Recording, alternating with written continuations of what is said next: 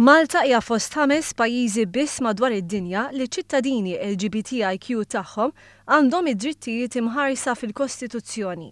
Dan skont riċerka globali mill-Universitajiet ta' California u Los Angeles u li tpoġġi lir-Renju Unit, il-Bolivja, l-Ekwador, il-Fiji u Malta f'din il-kategorija.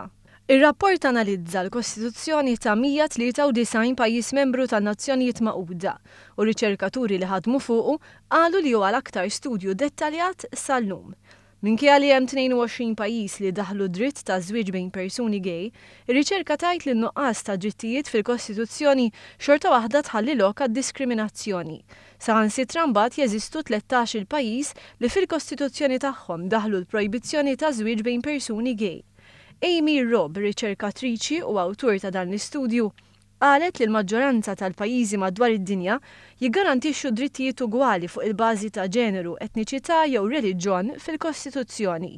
L-estensjoni ta' din il-protezzjoni għal persuni LGBTI ikun pass kritiku u importanti għax niżguraw li drittijiet fundamentali tal-bniedem huma rispettati. Temmet tajt l-awtur.